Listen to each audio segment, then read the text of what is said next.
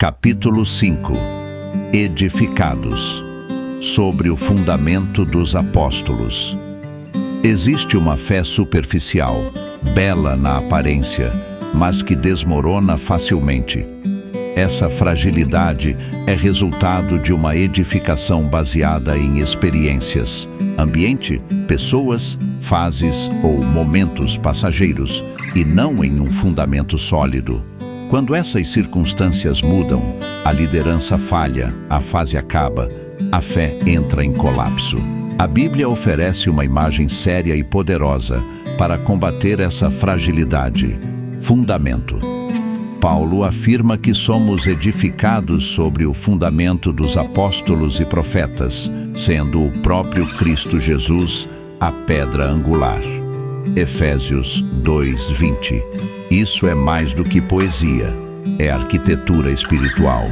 Se Cristo é o centro, a doutrina apostólica, que testifica de Cristo, é o alicerce, e o Evangelho não pode ser substituído por sistemas, carismas, entretenimento ou controle espiritual. Muitos hoje tentam construir a vida cristã sobre alicerces falsos, e isso se aplica tanto à igreja institucional quanto ao indivíduo ferido.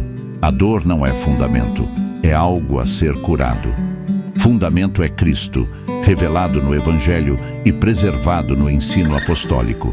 Sem esse alicerce, somos vulneráveis a qualquer adversidade, não por falta de Deus, mas por falta de base.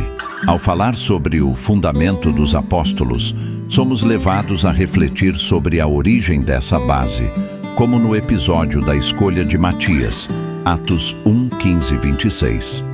Esse evento, antes de Pentecostes, mostra um senso de ordem e responsabilidade na continuidade do testemunho apostólico, provando que a missão era encarada com seriedade histórica. No entanto, também serve de alerta. Nem toda decisão bem intencionada carrega plena visão. Embora o texto não afirme que a escolha de Matias foi errada, ele ilustra a transição de um tempo onde a organização humana, com oração e escritura, precede o pleno derramar do Espírito. O princípio fundamental é claro: há coisas que só o Espírito Santo pode consolidar plenamente.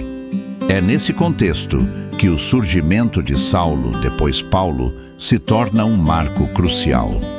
Ele entra na história como perseguidor, cego pelo próprio zelo religioso. Sua história é um alerta. É possível ter fervor e estar profundamente equivocado, atacando o que Deus está fazendo em nome de defender a Deus.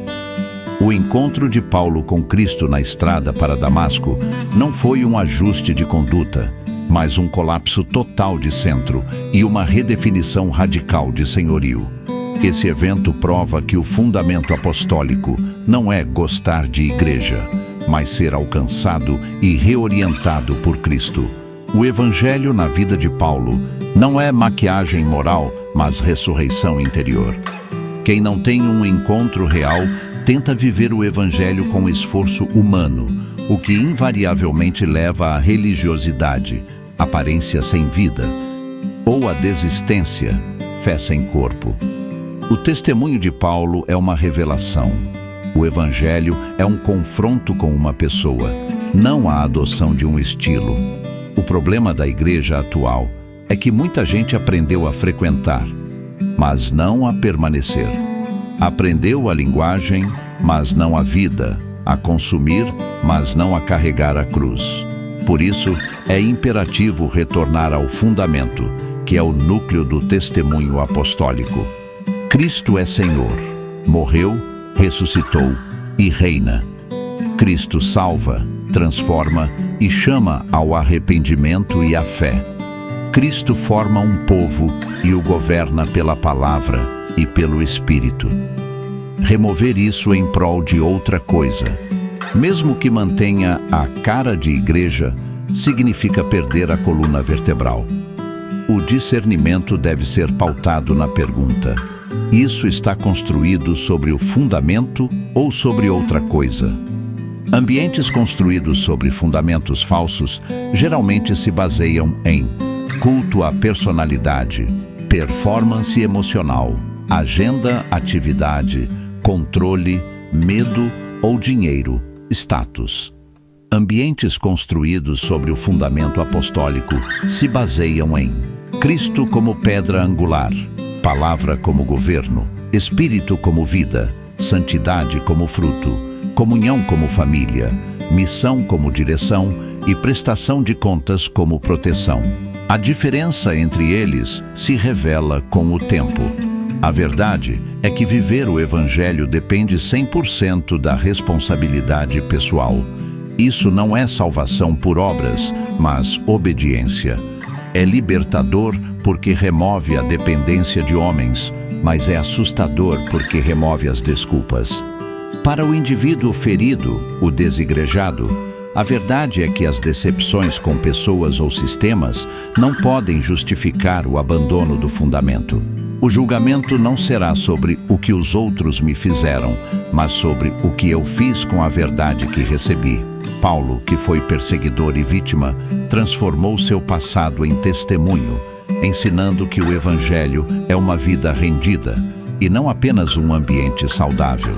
Um ambiente perfeito não garante a maturidade, se não houver encontro real e fundamento. Um ambiente difícil não impede a firmeza, se Cristo for o centro.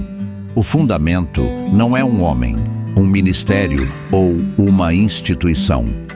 É o Evangelho apostólico com Cristo como pedra angular.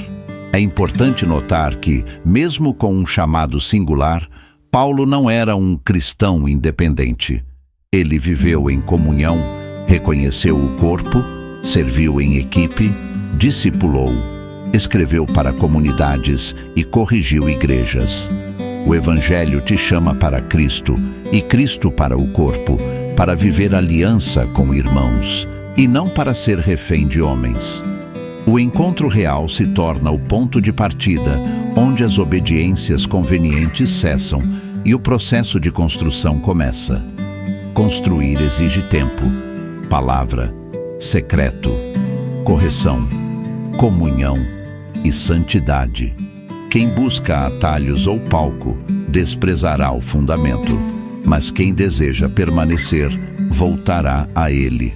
Para fechar, o chamado é claro.